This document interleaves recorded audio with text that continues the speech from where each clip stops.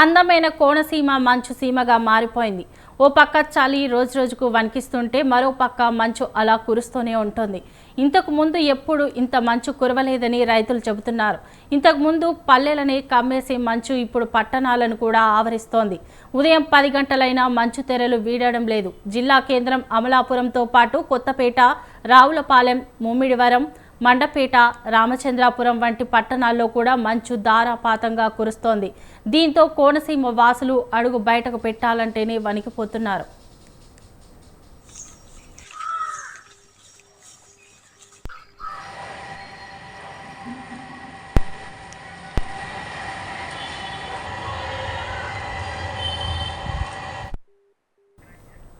పాఠశాలలు, కళాశాలల్లో ఉదయాన్నే నిత్యం వాకింగ్ వెళ్లే వారి సంఖ్య ఈ మంచు కారణంగా చాలా తగ్గిపోయింది. ఇక పడవలపై ప్రయాణాలు చేసే లంక గ్రామాల వాసులు పడవ ప్రయాణం అంటేనే భయపడిపోతున్నారు. గోదావరి, వశిష్ట వంటి నదులు దాటి కూరగాయల వ్యాపారులు, రైతులు ఉదయాన్నే పట్టణాలకు వస్తారు. అయితే మంచు కారణంగా పడవ ప్రయాణం అంటే భయపడుతున్నారు. కోనసీమలో మంచు కారణంగా ప్రయాణికుల రాకపోకలు కూడా భారీగానే తగ్గాయి. మొత్తానికి మంచు కారణంగా కోనసీమలో జనజీవనం స్తంభిస్తోంది. అంబేద్కర్ కోనసీమ జిల్లా లంక ప్రాంతం అనేటువంటి ఎర్రవల్లిపాలెం గ్రామం మాది.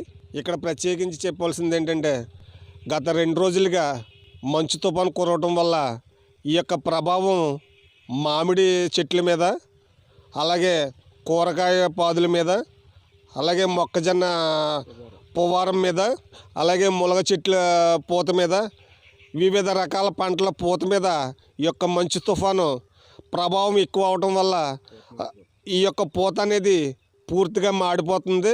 ఈ మాడిపోవటం వల్ల పెట్టినటువంటి పెట్టుబడులు రాక చాలా ఇబ్బంది పడుతున్నాం రైతులైనటువంటి మేము.